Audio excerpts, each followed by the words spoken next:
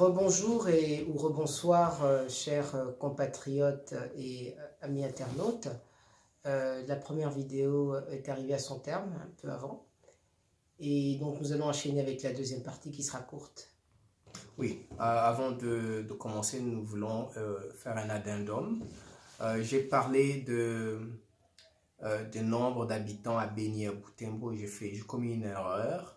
En fait, Beni, selon les statistiques de 2012, a 100 000 habitants et Butembo, d'après le PNUD, en 2015 a 917 625 habitants, pratiquement 1 million. Et Yumbi, on confirme qu'elle a 30 000 habitants, dont 7 000 ont traversé la rivière. Donc, ça nous fait un total de pratiquement 1 130 000 habitants.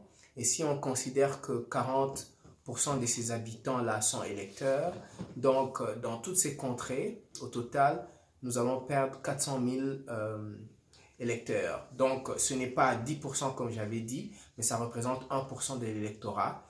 Si on considère que tout le monde, les 40 000 inscrits, aillent élire. Donc, voilà. Voilà, encore que ce sont des statistiques qui datent, hein, peut-être que ça pourrait changer beaucoup la réalité que nous évoquons actuellement. Effectivement. Bien, bon, alors avant la vidéo précédente, nous parlions des commentaires des uns et des autres sur des allégations non vérifiées, notamment du fait que Martin Fayulu soit de la franc-maçonnerie et que le document que Fachi, ça c'est Fachi lui-même qui en parle dans son interview à Top Congo, il dit que le contrat qu'ils avaient signé avait des termes empruntés de la franc-maçonnerie et de là ils ont fait raccourci. Un raccourci pour dire voilà, puisque ces termes se retrouvent dans des documents francs-maçons, donc Fayulu est franc-maçon. Et sur les médias, nous avons vu tout un tas de montages qui attestent de cela, selon ceux qui sont les auteurs de ce montage rocambolesque. Alors, il y a des choses croustillantes qui ont été dites, par exemple que Martin c'est 6 lettres, Fayulu c'est 6 lettres et Madidi c'est 6 lettres, ça fait 666. Donc, on fait de lui, de son nom, le signe de la bête. Voilà. Et ensuite, on a aussi dit que il était franc-maçon puisqu'il a fait le signe du triangle. Bon, on connaît ce genre de raccourci un peu primaire en fait, depuis que les églises dites du réveil ont élu domicile au Congo. Il y a tout un tas de shortcuts qui font que pour un rien on vous taxe de franc-maçon, ainsi de suite. Mais on oublie aussi qu'on n'est pas un État chrétien ou musulman. Il y a la liberté de culte au Congo et on peut être de n'importe quelle confession religieuse ou spirituelle. Donc c'est assez regrettable et je ne sais pas si on va parler d'homosexualité parce que... Avant d'y arriver, moi je voudrais dire que la France est dirigée par les francs-maçons. L'Amérique est dirigée par les francs-maçons. Mais est-ce que les Américains souffrent autant? Les Américains sous la franc-maçonnerie souffrent autant que nous à Beni, à Butembo, où les femmes sont violées et les villages sont vidés. Ce n'est pas pour défendre la franc-maçonnerie, mais moi je m'en fous que qui ce soit musulman, chrétien, franc-maçon ou rosicrucien. Je veux que la personne qui soit là puisse diriger le pays comme il faut, pour que moi je sois pris en compte comme individu et que je sois respecté, c'est tout. Alors ce sont de faux problèmes. Alors au nom des faux problèmes, il y a la franc-maçonnerie, il y a l'homosexualité, ainsi de suite. Ouais. Alors je me demande sur quoi se base cette campagne. C'est une campagne normalement qui devrait résoudre le problème des Congolais. Premièrement la sécurité, deuxièmement le problème économique. Oui, mais dis-moi un peu, il passe à Top Congo, on lui pose la question sur le mariage homosexuel. Qu'est-ce qu'il dit? Il dit que nous suivons le modèle chrétien. Voilà. En fait, si nous suivions le modèle chrétien, cela doit s'inscrire dans notre constitution. Disons, on doit dire que le Congo est un État chrétien. Mais cela n'est pas constitutionnel. Nous sommes un État laïque avec bien sûr une grande majorité de la population qui est chrétienne, n'est-ce pas? Mais cela ne fait pas de nous un pays chrétien comme l'Italie ou la France. Nous sommes un pays laïque. Absolument. Moi, j'ai comme l'impression qu'il y a un coup de force. C'est-à-dire que les chrétiens veulent prendre de force la spiritualité du Congo pour affirmer haut et fort que nous sommes chrétiens. Ce n'est pas la prolifération des églises et la prise en otage de la télévision par les petites églises soi-disant chrétiennes qui fait du Congo un pays chrétien. Et ce qui fait d'un pays un pays chrétien comme la France, même si la plupart des gens sont aujourd'hui agnostiques, c'est le comportement des gens. Exactement. Vous vous rendez compte que beaucoup d'ONG qui vont aider les gens dans le monde viennent de la France ou d'autres pays qui ont été christianisés, mais sur des siècles. Et chez nous, malheureusement, c'est un christianisme de surface, de pellicule, un vernis de christianisme.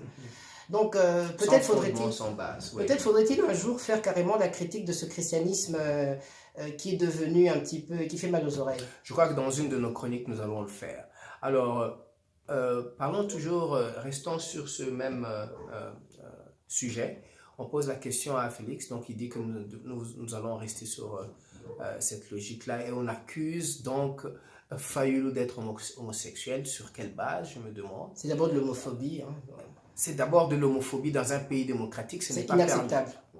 Cela ne veut pas dire que quiconque d'entre nous ici est en train de défendre l'homosexualité, mais si quelqu'un fait son choix, ou il pense qu'il est né comme cela, qu'est-ce que je suis moi pour dire que tu ne dois pas faire ça? C'est sa liberté. C'est la liberté individuelle qui, dans la démocratie pour laquelle l'UDPS se bat depuis 30 ans, selon eux, ils se battent aussi pour des gens comme ça.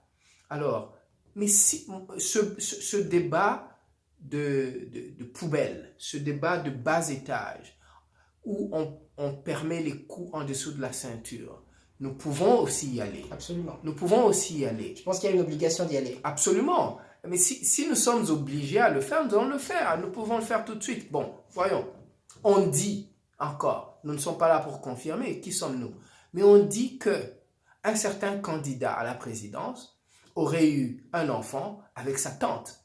Mais dans la politique Luba, dans la tradition Luba, c'est interdit. Ça peut tuer cela. Donc vous ne pouvez pas aller avec votre tante, votre cousine, votre sœur, et même dans le même clan. C'est comme ça que chez les Luba, on se détermine d'abord par rapport au clan. Je rencontre une fille, je suis en Europe, je suis en Afrique du Sud, je lui demande quel est son clan. Parce que ça peut être ma cousine, quelqu'un de mon clan, ce qui fait que je ne peux pas avoir des relations sexuelles avec elle. Donc si nous voulons aller là-bas, c'est là que nous allons. Dites-nous, ce leader qui est parfait, qui a des mains propres, n'est-ce pas? Mais c'est pas le cœur. Les mains, c'est pas le cœur. Voilà. Il ne faut pas faire du christianisme de façade. Il a les mains propres parce qu'il n'a jamais travaillé, en fait.